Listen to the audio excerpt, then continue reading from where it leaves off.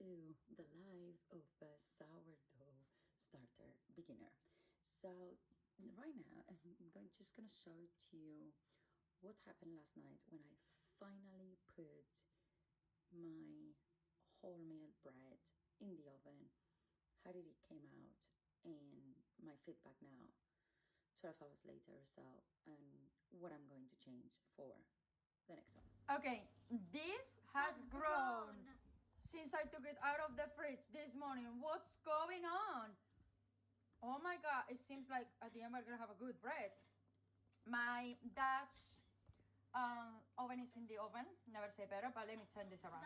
Okay, something has happened in all this time. It's 3 p.m. right now. We took this out of the oven at 8 a.m. and it has grown. Something has happened. It's not dry, it's opposite, it's gooey. So actually get it out of the fridge was even better. Now, I'm a little bit scared of this, but Dutch oven is in the oven getting warmed while I'm talking with you. And what I'm going to do is I'm gonna use this. I'm gonna place it on top of it. And then I'm gonna take it later on and then put it on the Dutch oven, if that makes sense. So that is pure iron and it's really thick and everything. So I don't think it's gonna take long to get warm. And my oven works like this. But the thing is, we're a little bit on a rush. I need another prayer to the Lord of Breads for you to support me. But by the way, if you saw yesterday's vlog, I just want to tell you that we just came back from the account where I brought the banana bread and the cookies, all sourdough. And I can tell you that everybody told me they were shocked at the fact that one, I just started with sourdough, and two, that was made in such a healthy way, without dairy, without eggs, without milk, without weird things, and that I use everything from scratch for me. Like, I didn't buy the other starters apparently that they sell in the supermarket. I was like, no girl, I done the starter myself. Her name is Hope. But anyhow, let's just stop with that. This is the thing I'm scared the most, but I'm gonna put you down. So if this become a miracle, you're a witness of my miracle. So don't go anywhere and stay for one more second to join this incredible miracle that is about to happen. And you can see my really messy outfit, mama outfits. Ready, steady, let's turn this around. Come on baby, come on baby. Oh no. Okay, you can do it baby, I believe in you. Come on my little hope, come on my little hope, you can do it. Come on, you can do it. Oh, it's all falling from one side. Let's push from the other side so it will be an even fall. Come on baby, you can do it, you can do it, you can do it. My kids are laughing because their mama is losing her marbles over a loaf of bread. Okay, I'm pushing a little bit with my fingers. I don't think you can see me on camera, but basically I'm just digging in. There we go, because obviously look, this is really gooey, but hey, it came out clean. There's nothing barely in there. Okay, this is not the prettiest thing ever, but it's out, and that's what matters. All right, so don't judge the looks, because we don't judge a book from the looks. Now, we're supposed to take this and we're supposed to make a cut around these blades. I don't know if it's me or how gooey my dough is, but it doesn't seem like a clean cut. Oh, but that looks so good. I mean, it looks the shape. Let's put this to safety because I have two very curious and kids that love to touch everything. Let me go and get the Dutch oven. So I'm really scared of it. And yes, but you need the handles. yeah, you need the handles. I already said. So now this baby, it's gonna get in. Put it inside with the plastic. Yes, you do. And then you do like this. And now let me go and grab my lid. So now this is gonna go in the oven for 55 minutes, and I see you in 55 minutes to show you the results. Basically, big prayer to the Lord of Bread. Kids, let's do a big prayer. Oh, please, Please, Lord of Bread, give us a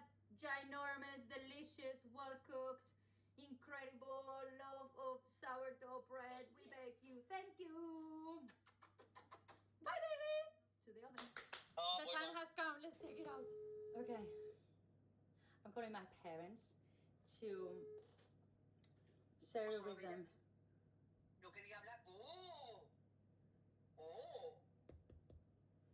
Ok. Mira. Y habemos pan. No sabemos si ha quedado como debería, pero está hecho. Tiene buena pinta del bot. Por fuera tiene buena pinta, ¿eh? ¿Verdad? Ujú. Y está, mira, ¿lo oyes? Sí, no lo oigo, pero Que está crujiente, hace Tiene buena ca, ca, pinta, ca, ca, ca, ca, ca, ca, ca, ca, ca. va a comer. Okay, ¿no? Sí. so we are back from my daughter's gymnastics. The bread has more than cooled down.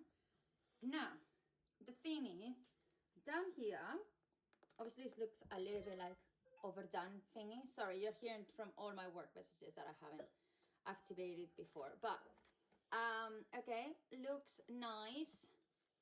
Feels soft and air. I can hear. Look, shh, 1 second, look. It's actually breathing. I know. It's a breathing Okay, one more sound. time, just in case you didn't hear. Okay, quiet, everybody. 3, 2, 1. Can you hear that? It's like it's breathing. Okay, let me get the chopping board and the bread knife. Put you in a proper position and cut this off. Is everybody ready? Should I cut it on the half? Yes, why not? Ooh, that sounds good. I mean, it's really crunchy. My son is about to break his neck, so I might have to stop this sooner than expected because he is... Can you please get down from that chair? Thank you very much. Okay, it is not that easy to cut and I'm getting nervous, but this is what everybody does, okay? 3, 2, 1. Okay, Oh my goodness. okay. It's Oh not my too goodness. bad. I mean, we have some How about we holes. try it now? Now, yeah, my daughter is true. Try this one. I don't know if maybe it was overcooked. Maybe this one needs to be a little bit less in the oven than the normal bread. Because the bottom is burned, if that makes sense. So I need to figure out what to do to don't burn the bottom. Okay. Wait, let's try it all together. Okay, so let's put you there. My boy barely have any teeth because he's losing them all, but 3, I'm just gonna open it. 2, 1. It's delicious. It just it's a little bit too acid. A little Well, bit it's wholemeal. It's meant to be like this. Oh, This is how real whole, not acid. It's kind of like, and it's a sourdough. It's not meant to be sweet. It's meant to have a lot of flavor like this. So it has a lot of flavor, but we can put butter to it.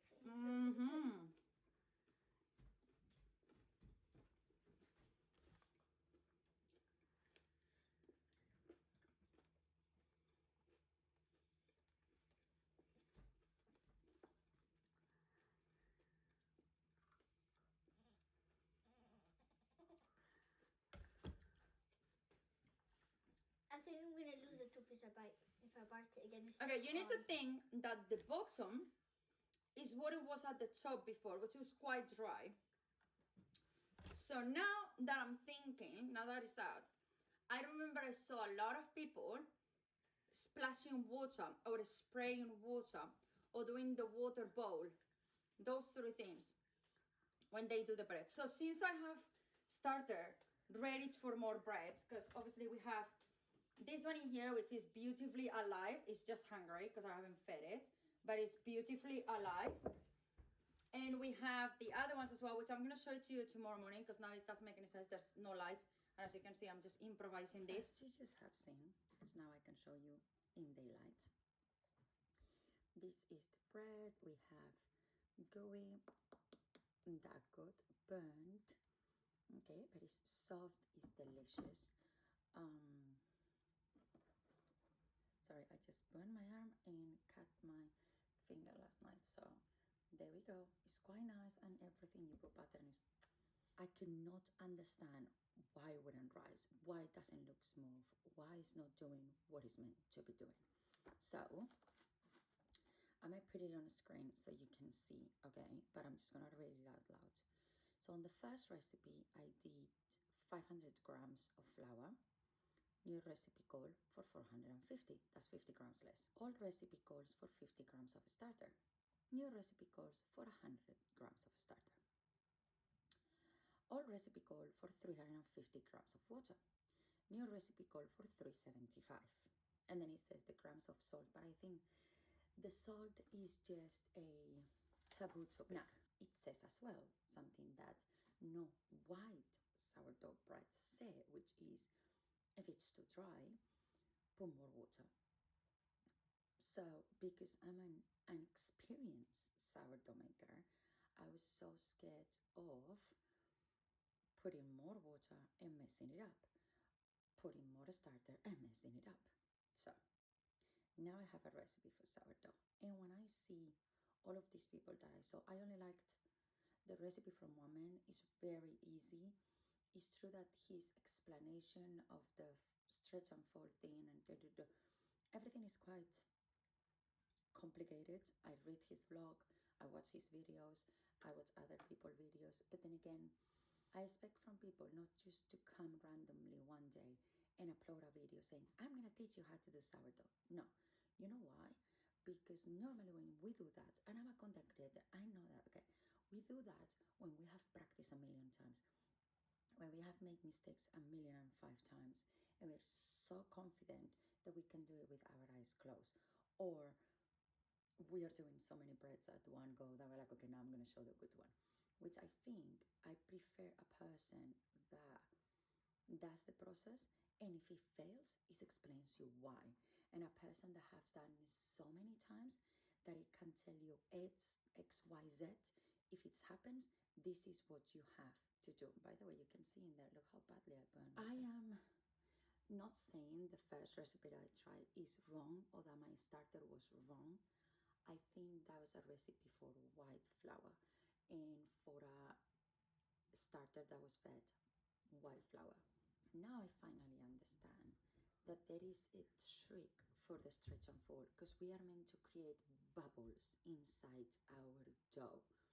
So when we are folding it and making it be a beautiful ball, you're not just trying to make this beautiful thing that is so smooth and pretty. No, actually what you're doing with all those things, with all the tucking, like how I like to call it, you're actually creating a bubble. That's why at some point you have to be really gentle, to the point of like standing it, but then making sure you create a bubble and then you put it down. And those are the bubbles that you see on the inside when it rise up, okay?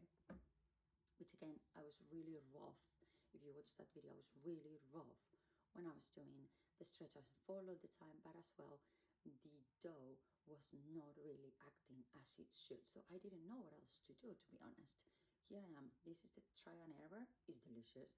It's cooked, which is the number one thing for me, because I was like, if it doesn't cook and it come out raw, I need to throw all of this away. I need to throw 15 days of work away, and I'm not happy with that. I did not understand the importance of only the first stretch and fold can be harsh, because you're trying to create it and open it up. Let's say you're trying to stretch something that is really tight, where in the next stretch and fold, you're just placing it and you're actually just creating one bubble, one bubble, one bubble, and the point is to make it smooth. Now, the other day as well, another thing, because look, here I have both of the recipes again. So the other thing different the other day was mix, let it rest for 1 hour, and then stretch and fold. And here is close really tight, not cover it with a towel, no, close it tight and let it rest for 30 minutes. And then is when the stretch and folds happens. The other recipe says repeat it 2 to 4 times. This recipe says stretch and fold until smooth, then rest for 30 minutes and repeat that in a total of 3 times. So in an hour and 50 minutes, let's say, an hour and a half, you will have had the 3 stretch and folds happening basically. Then it says close it and let it rest for 4 to 6 hours.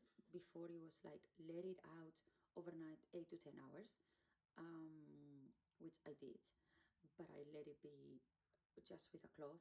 This person said no, it has to be like airtight, and I think also it is because the wholemeal dries so easily.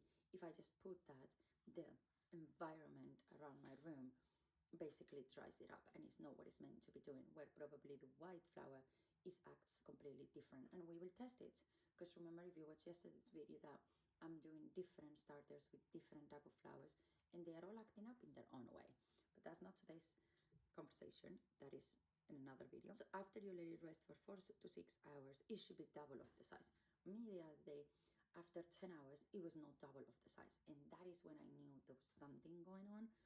It was still really good. It was still really like a in between, I would say a soft porridge.